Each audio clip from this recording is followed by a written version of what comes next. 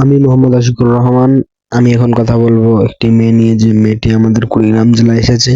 সে মেয়েটি হচ্ছে তাক একদম তাকিয়ে আছে একটা ছেলের দিকে, যে ছেলেটি বক্তব্য দিচ্ছে অ্যাকশন বক্তব্য। সেই মেয়েটির ভিডিও রিভিউ করার জন্য আমি চলে আসলাম। এখন এই যে দেখতে পাচ্ছেন যে এই ভিডিওটি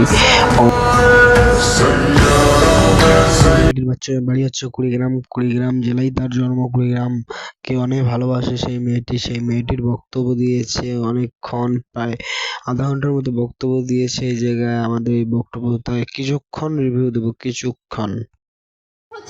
সেই জায়গায় দাঁড়িয়ে আগে প্রতিরোধ করার চেষ্টা করুন, তারপর আপনার প্রশাসনের কাছে যান, প্রশাসনের কাছে আপনার এটা সমাধান চান।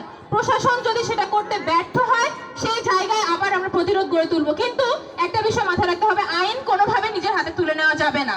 আইনের কাজ যারা করে তাদের কাজটা আমরা তাদেরকে করতে দিতে হবে। তারা এই জায়গাটা থেকে অনেকদিন ধরে সরে আছে, তাদেরকে তাদের জায়গাটা বুঝিয়ে দিতে হবে।